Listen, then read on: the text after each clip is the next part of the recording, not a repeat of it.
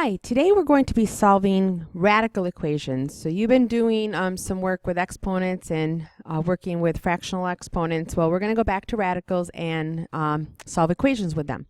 So we're going to go back to the use what you know to go get some background. Problem number 1a, what's the square root of 80 or 64? And the square root of 64 is 8, and it's because 8 times 8 is 64.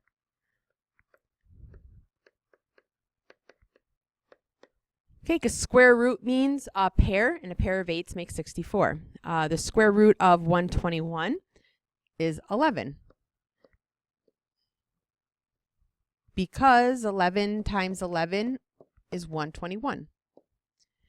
All right, so the equations we're going to work on this time are when the x is under the radical. So for problem 2, solve the following for all values of x. So the equation is saying the square root of what number x is equal to 5. And you may be able to guess, okay, well, what number do you take the square root of it makes 5? And some of you guys might say, well, yeah, it's 25. And you can see that the square root of 25 equals 5. Checks. Problem number 2, solve the following for all values of x. Again, the square root of what number is going to come out to be a 5. But this time it's x plus 1.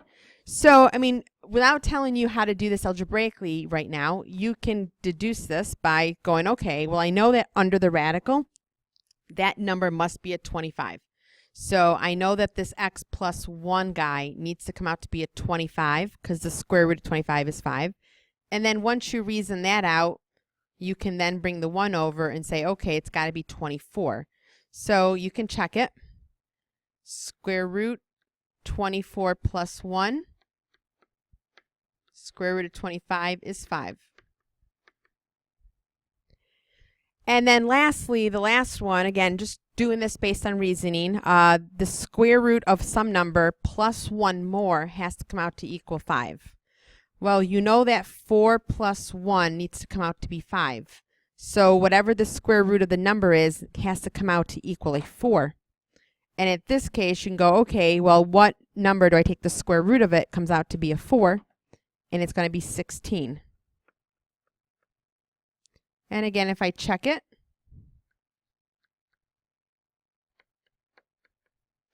you do, in fact, get it to work out. So the ones I gave you right now were just to get you to think about square roots and what it means to have a number under an x under a radical. And now we're going to get to the algebra. All right, so problem number 1. This one's a little bit harder to understand. We have the square root of something has to come out to equal 4. So you can maybe reason out what that something has to come out to be. But here's the thing. When you're solving algebraically, the goal is to get to the x. And basically, you have to start peeling things off. And right now, the thing that I have to peel off is the radical.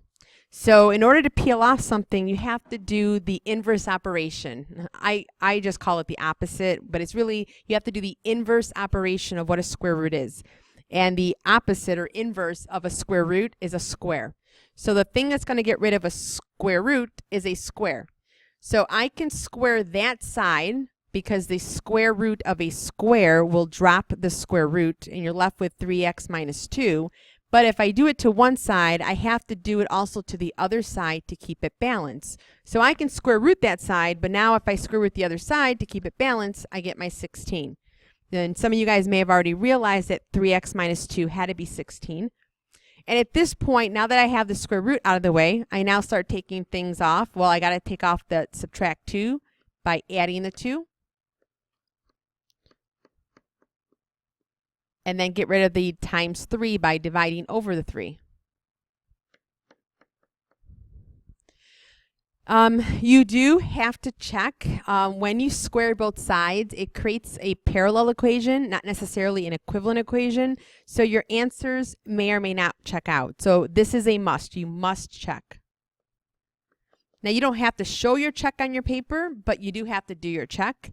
So I'll do my check the normal way right now. Does 3 times 6 minus 2 come out to equal 4? Well, square root, 18 take away 2 is 16. And that, in fact, does check out. Okay, I also want to stress the graphing and table techniques as a backup. You can pretty much solve almost all equations graphically, and it's just the same as before. You're going to put the left side of the equation in graph 1 and the right side of the equation in graph 2.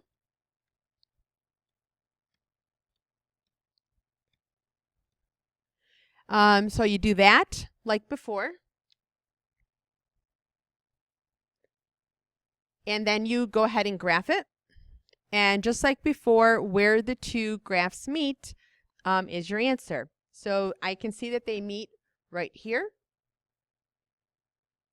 And I have to just find the point of intersection. And you can use your calculator. Each calculator has that feature. So second on the 84, it's second trace number 5. Your cursor was not there, but just keep on going to the right, and then you get your cursor close to that spot, and you do enter, enter, enter. Okay, so if you were to put that sketch of that graph on your paper, tell me the point of intersection is 6, 4, and then tell me the answer for x is 6, you would get half credit, or you could check your answer this way as well. Table way, just like before, if I want to do it from the table, I go to the table, and again, if your answer is a decimal, it's going to be hard to find, but you find the matching y's. So at 6, you have a check of 4s. That means 6 is your answer. So if you copy this on your paper and you tell me the answer is 6, you will also, that would be another way to solve this. All right, we're going to try 3 more, and each of these has different things going on with them. Pause at any time during the video if you need more time.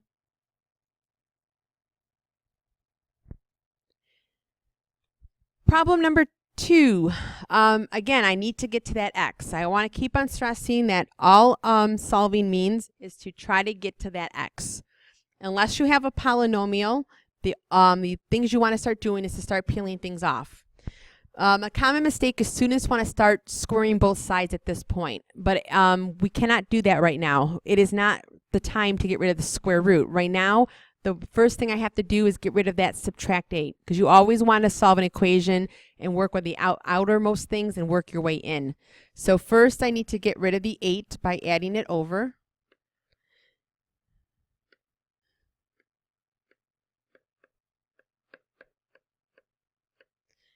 And then at this point, I still can't square both sides. It's not time to get rid of the square root. The next thing I have to get rid of is that times 3 right here.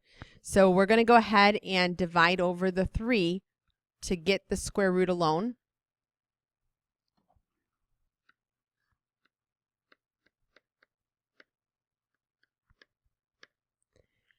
Okay, then after I get the square root alone, now is the part where I have to get rid of that ugly square root. And to get rid of a square root, we square both sides. The square root, the square of a square root will drop the radical. And then 5 squared is 25. Okay, at this point now you have an ordinary equation that you're used to. I need to get the x alone, so add the 5 over.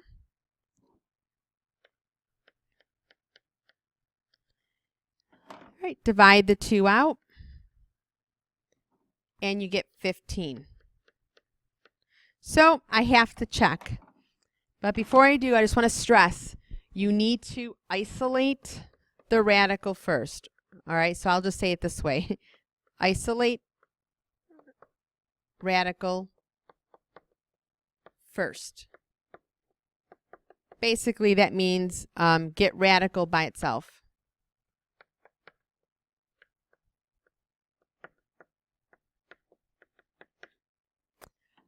All right, so if I do my check, I told you I don't have to show my check. I can do a lot of ways to do check. I can put the number in the calculator myself.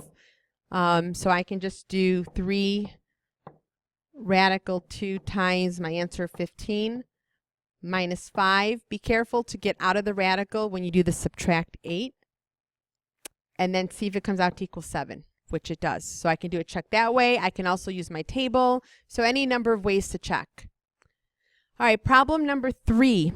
I have to get to that x that's underneath the radical. Now, we have two x's going on. There's one under the radical and one outside. But right now, my goal is to get rid of that radical that's over that x. So I have to untrap that. And right now, the only thing left to do is to get rid of the radical. So to get rid of the radical, I square both sides. All right, so when I square a radical, the radical will drop. And then I have x squared on the other side. At this point, this equation now is a quadratic. And when you see a power 2 equation, you should think I need to get equal 0. So we need to bring the terms over, and it's best to bring it over to the side where x squared is positive.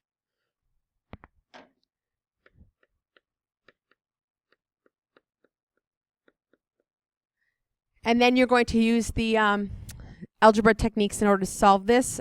You can do factoring. It should be factorable. If not, you could always do quadratic formula or completing the square. But this is factorable.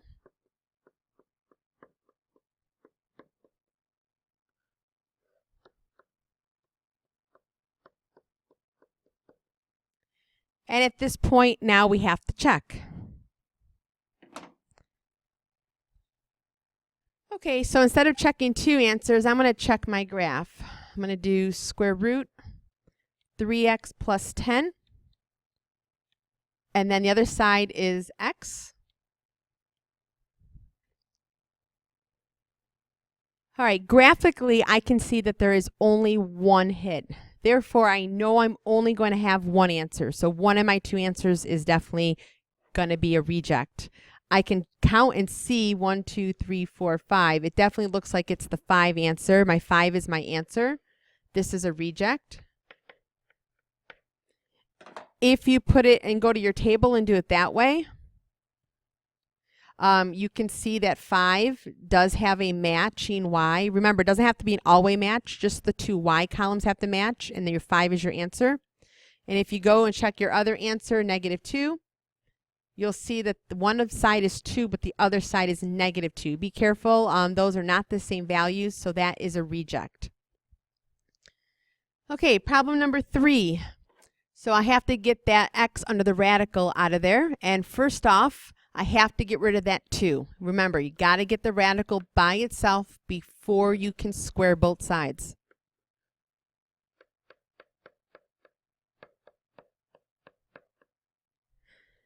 Okay, at this point, I now have to get rid of that radical, and to get rid of the radical, I need to square both sides. Squaring a radical will drop the radical. And this is the side you have to be careful about. You cannot distribute a power 2 across a plus sign binomial. So a common mistake is students want to say this. Do not do this. This is incorrect. You cannot distribute the power 2. You have to remember that when you have a binomial squared, you have to write 2 of them down.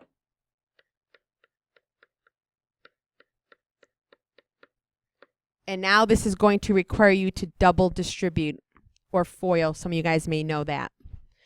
All right, so if I double distribute, I'm going to distribute the x to both terms and get x squared plus 2x.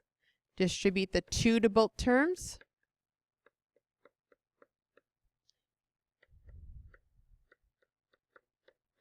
I have a power 2 equation, so I want to think equals 0. You may want to also combine like terms on the right-hand side before you do that. So subtract the 3x and the 16 over.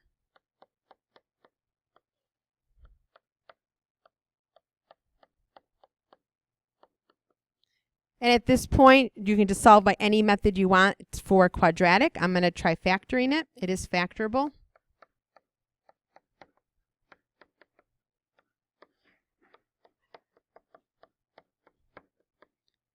So you get two answers. X is -4 and x is 3.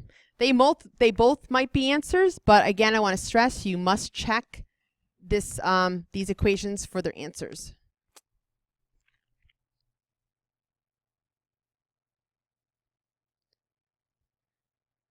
Okay, so I'm going to check using my table method. Right. The original left side of the equation was radical 3x plus 16. Outside the radical was minus 2. And then the other side of the equation was x. If I just really quickly look at the graph, again, I only see one hit, which means I know there's going to only be one answer. I'll check my table. So -4 does not have matching y's. That will not check out. And +3 should work, and it does. Those two match. So my answer is just 3, and -4 is a reject. Unfortunately, both answers had rejecting negatives. I do not want you to think that you reject the negatives. That was just a coincidence. It's possible to have a negative answer, so just make sure you're checking your answers.